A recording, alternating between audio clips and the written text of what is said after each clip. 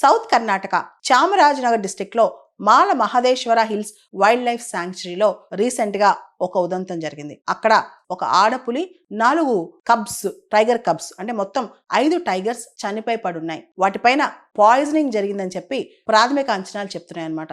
1973 project tiger start చేసిన తర్వాత 5 tigers భారతదేశంలో ఒకటేసారి చనిపోవడం ఇదే తొలిసారి. మనకు తెలుసు టైగర్ అనేది మనకు చాలా ఇంపార్టెంట్, అది మన national animal. And project tiger start చేసి 1973 నుంచి కూడా మన టైగర్ పాపులేషన్ పెంచడానికి ట్రై చేస్తున్నాం అనమాట.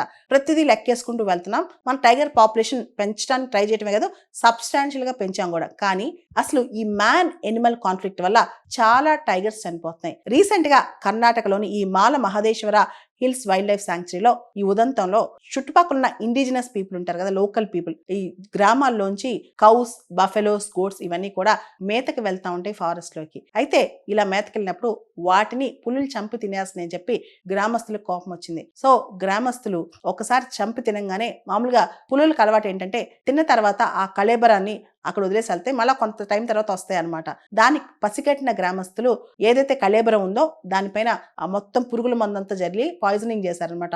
దాంతో ఆడపులి 4 చిన్న పులులు కబ్స్ వచ్చి దాన్ని మొత్తం తినేసి చనిపోయి అక్కడ పడున్నాయి. ఆ కళేబరం ఎక్కడుందో, ఆ క్యారకస్ ఎక్కడుందో దానికి 400 మీటర్ల దూరంలో ఇవన్నీ పడున్నాయి, చనిపోయాయి అనమాట.